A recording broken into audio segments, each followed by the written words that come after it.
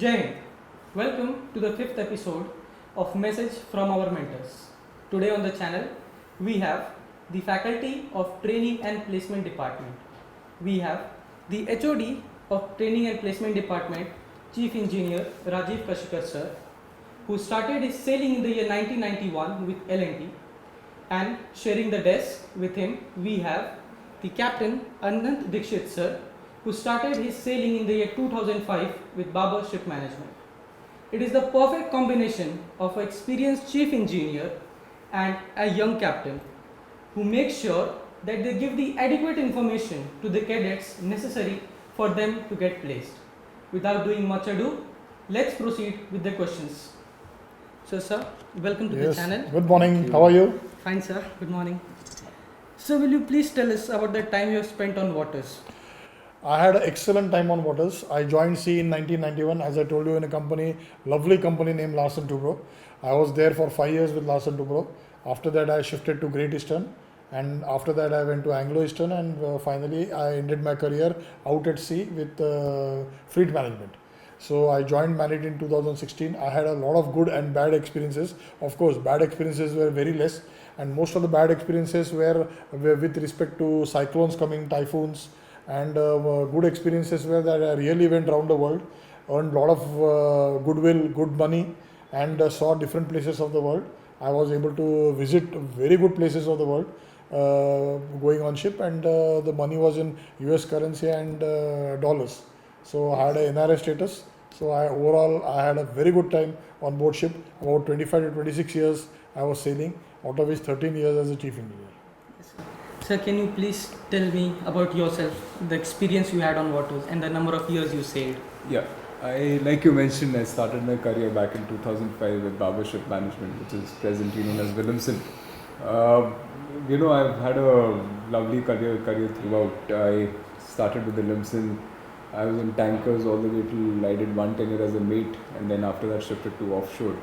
And up until 2019, I was sailing when I got my command. Overall, if I have to summarize my sailing experience, it has been nothing short of brilliant. I've just loved the whole idea of being on ship, sailing, exploring, meeting new people. So it's been terrific. Lovely sir, great to hear that. So will you tell us why this training and placement department is set up at MANET? Basically, this training and placement department has been set up on the instructions of DG Shipping, that is Directorate General of Shipping, that every training institute should have its own training and placement cell. Now, the basic work of placement cell is to bring the companies, various companies, to shipping campus to inside the campus in MANET. So our main concern of the placement department is to approach various companies, tell them about what all facilities the MANET has, about the infrastructure of MANET, and about the various courses which MANET conducts, and get them to our campus. And for that, every company will specify what type of training is required for the cadets to be on board. So that training also has to be incorporated in our day-to-day life over here in MANET, and so we train the boys accordingly, so that whenever our boys approach a shipping company, they are fully trained, and our placement grows day by day. Yes, sir. So will you tell, you are a very young captain, what motivated you to shift from shore like sea to land? Back then my thought process was that the impact that I was making towards the society was very limited in terms of the vessel. Of course, if you look at the larger picture, yes. But the immediate impact that I was making was only to my crew members and the vessel that I was sailing on. Initially, I was of the opinion that I wanted to make a larger impact in life. I wanted to see that impact that I'm making, to visibly experience the decisions that I take and the decisions that I take and how they affect. So that was what motivated me to do my MBA and subsequently get into the corporate world. But then, as time progresses, you mature, you realize how things work. And I realized that this happens to be one of the best places where you can give back to the society. And speaking of that impact which I just mentioned, you can actually visibly see the impact on the cadets when you train them, and that sense of satisfaction that you've empowered cadets with greater knowledge. Yes. So equip them with knowledge that they'll take out to sea tomorrow. So that is what was the reason to That sharing the knowledge was your main motive. Yes, now when I come to think of it, yes. Initially, like I said, I wanted to make a greater impact in the society. So that was what. Yes, sir. Thank you. And sir, you have sailed for years. 26 How you years. decided for MANET? For me, my father was a deputy general manager in a huge shipbuilding industry named Masgon Docks. So after he retired over there, he was a fellow member of Institution of Marine Engineers, and he started teaching in Lal Bahadur Shastri College of Nautical Science, and that pulled me. I used to go over there because I was doing my chief's ticket, so I also happened to be a student over there. And that time, I thought if my father can teach so well and he can get connected with the students in such a nice manner, distribution of knowledge, which is really bringing smile on a cadet's face, I thought this is a very good profession whenever I decide to retire. And so that was at the back of the mind. My father was institutional in bringing me to Merchant Navy, and after that, he was the main reason why I shifted to teaching.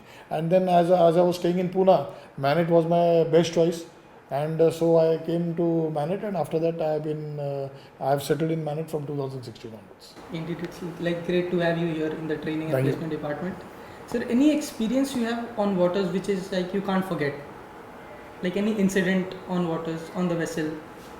There have been several incidents, good, bad, everything. So, like there was this one time, we had a fire on board, and it was nearly, one of those fatal type of fires where had it not been got under control, we could have lost the entire vessel.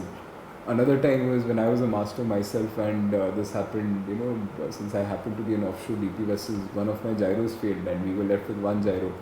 So, how to go about carrying out the operation, there were a lot of instrumental decisions that me and my crew took at that point of time to make sure that we carry out with the operations and complete it safely in the best possible manner that we could. So there have been several instances. I mean, seafarer's life is full of stories, and that's what the n number of events that I can jot down right now. It's like it's a teamwork, not a single man's Of course, job. it is never a single man's job. It's always the ship and its crew. So, of course, it's always teamwork, and no one person can run ship single-handedly. Exactly. Yes, sir. There are a lot of companies coming at MANET like Williamson, BW, Moss Tankers. Any experience with the cadet or the company? I always had a bag of good experience and bad experience and good experience. But no good experience about many companies are there. We have a wonderful company coming to us named MTM Ship Management, and for them the main criteria is whatever cadets they take. For them the main criteria is the cadet should be from a poor background. So whatever selection they do, you will see that the cadets are basically of course the quality should be maintained, but in all those quality cadets they check out the cadet whose background is economical background is not that good, and they give a chance to that cadet first. And this really struck chord with me. There are also such people in the world who are seeing that the poor people who really cannot afford, they can also join the Merchant Navy. So I'm very thankful to companies like MTM Management, Ship Management, who have taken such a decision. And there are very bad experiences also. Bad experiences are, recently I had a very bad experience. On camera I should not name the cadet, but through MANET, his parents were continuously coming over here. His parents were literally begging that he is from very poor family, he has to sell off lands for getting a job, and finally we managed to secure him a job in a very good company. And moment he got that, behind our back he started searching a job in some other company. And in the last moment, in the last day, he told us that he is not able to join the company which we told him just because he is medically unfit, he is in a hospital. But actually he was in Mumbai and doing medicals and joined on the same day in the other company. So this is very, very bad. He has backstabbed us, and because of this reason that company has stopped coming back to us, because the first company got offended. So this is how the cadets don't think 10 times. They should think that when they are stepping us, they should not step on two stones together. When they have already secured a job in one company, they should happily take it, because that company has given them a job when they require the maximum. So they should have done one contract or two contracts with the company, and then he should have changed. But here he has done this backstabbing to MANET, and not only he is in bad light, but the company has thrown MANET as an institution also in bad light, and now we are taking a lot of time to repair that damage. So we have to go to the company twice, we have to go and explain him that this is the personal cadets' views. We do not share their views. Our institution is not like that. And now finally the company has come in good terms with us, and finally they came back and selected another 7 cadets from us from the same batch. So no, that is but this is a very bad experience as far as the cadets are concerned.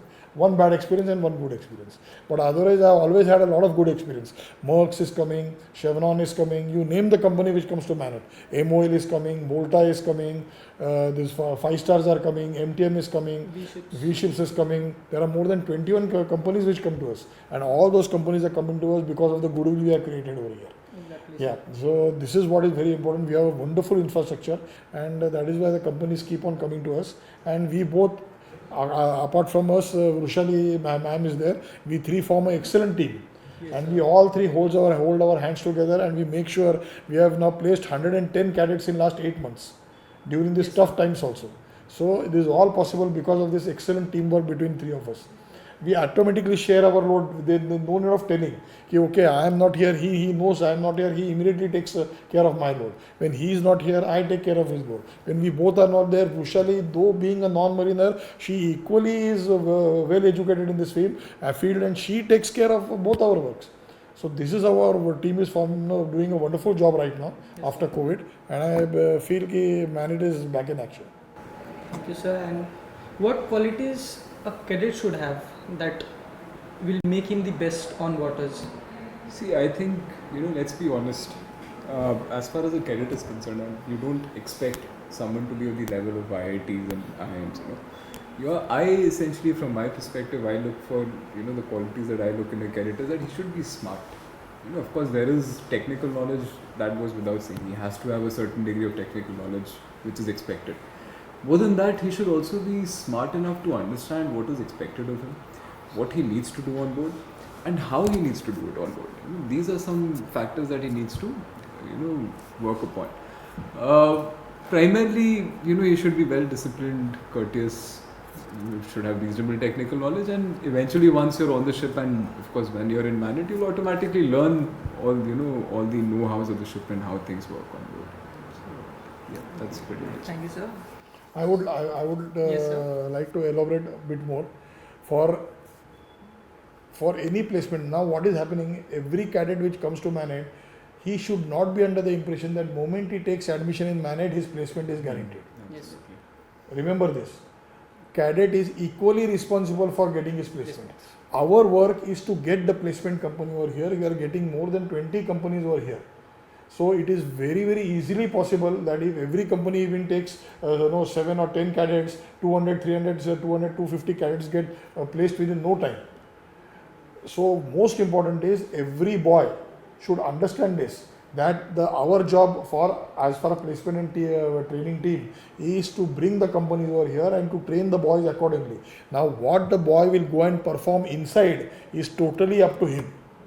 So if somebody is under the impression that I did not get a chance, or I am not getting a chance for others are getting a chance because they have scored good marks. You are not getting a chance because you have not scored good marks. Marks means I am talking of overall. What Captain Saab said is absolutely correct. The boy should be overall smart.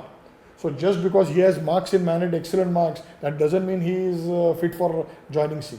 So we see everything. We see his smartness, we see his attitude, we see his aptitude, we see his marks also in MANET, we see his officers like quality.